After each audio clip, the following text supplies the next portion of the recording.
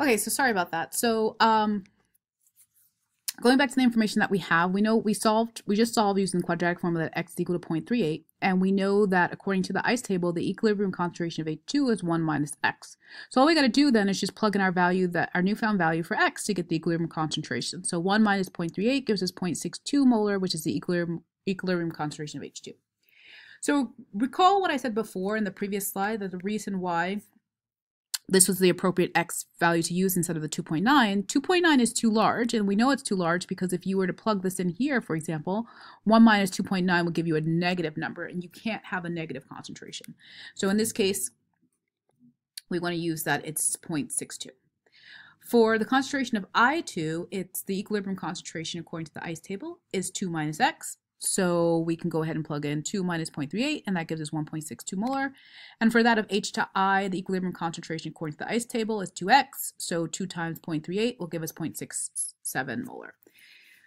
So that's it. We've solved. We found the equilibrium concentrations by using the ice table to get these expressions that are here in blue.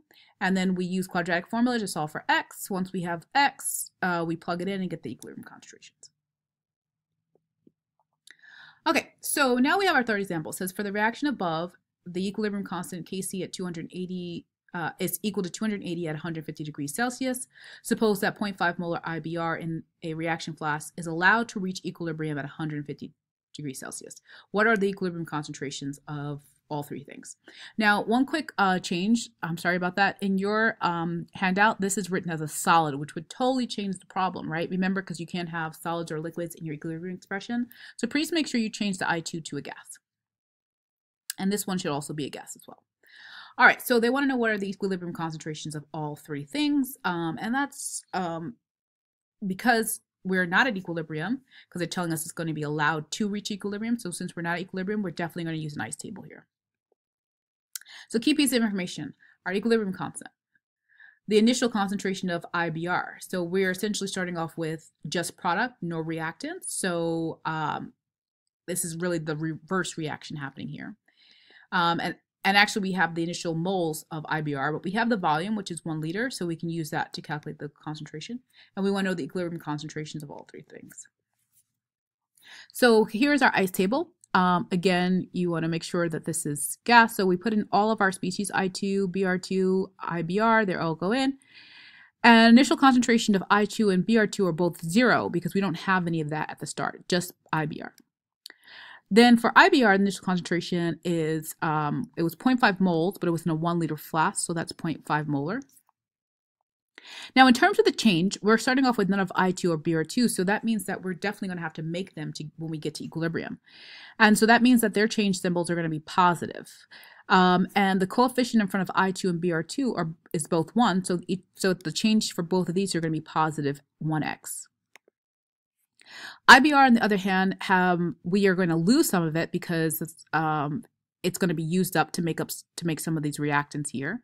So the sign is going to be negative, and since it has a coefficient of 2, it's going to be negative 2x. Now for the equilibrium, we're just going to combine. So 0 plus x will give us x, 0 plus x will give us x, and then finally 0.5 minus 2x will give us 0.5 minus 2x, right? So that's how we get the equilibrium values. Okay, cool.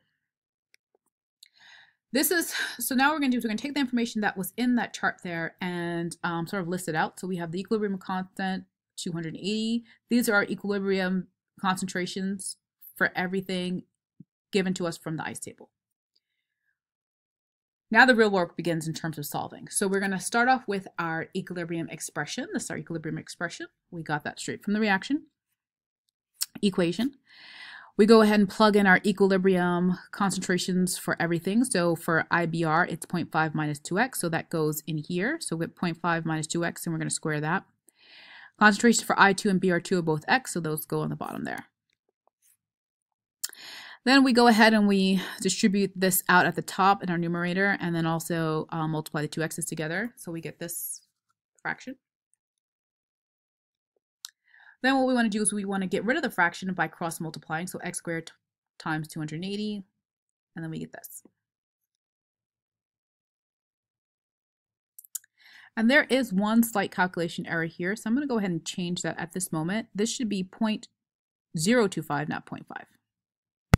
Okay, so sorry about that. So, all right, so now at this point, we are ready to continue solving.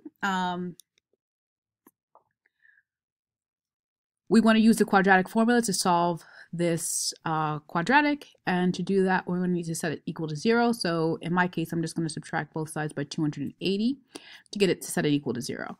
You can move any terms over using inverse operations. It doesn't matter, but this was just one term to move, so it made it easier for me. So now that I have it set equal to 0, I go ahead and I establish what A, B, and C are, and I can plug that into the quadratic formula. My B is -2, so that means when I plug it into this quadratic formula, negative and a negative makes it a +2. Here, this is the stuff underneath the square root, and it's all over 2 times -276. Okay, so what I like to do is I like to solve what's under the square root first, and then take the square root of that. Once I have the square root of what's under here first, I go ahead and split this up into two equations. X equals plus 5.6 and x equals minus 5.6. And so again, once again, I have two values for x. I go ahead and solve this out, and I get x equals -0.013, and then x equals +0.0066. Well, I can't have a negative value for x. You can't do that, so it's got to be this as the correct answer. All right, cool. So I have my x now. I can go ahead and just start plugging that in to my equilibrium values, just as I did before.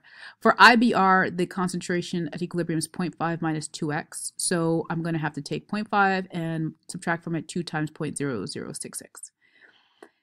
All right, so these are my equilibrium concentrations. It's that simple. Okay, so now that we've looked at this example, what I want you guys to do is to try the same exact thing using the CFU2, and we're going to do this in a little bit step by step.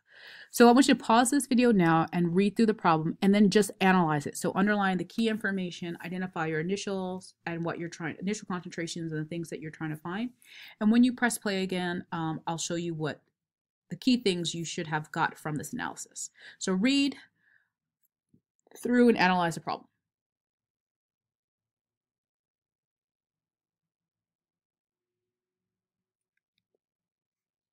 All right, so in terms of analysis, the key things you should have, you should identify the Kp. You should know that you're given the initial pressure of PCl5, and that's it, nothing else. And you need to find the equilibrium pressures of all three things. All right, now you want to plan it out by setting up your ice table. So pause the video now, and in the space provided, you're going to write out your ice table for this problem. When you press play again, I'll show you what my ice table looks like so you can sort of compare and see if you got something similar. Okay, so this is what your ice table should look like. All right, the next step is, and the last step is really just to solve it. So why don't you take a moment to solve using the information that you got from your ice table, so the equilibrium values, to solve for your concentrations of all three things.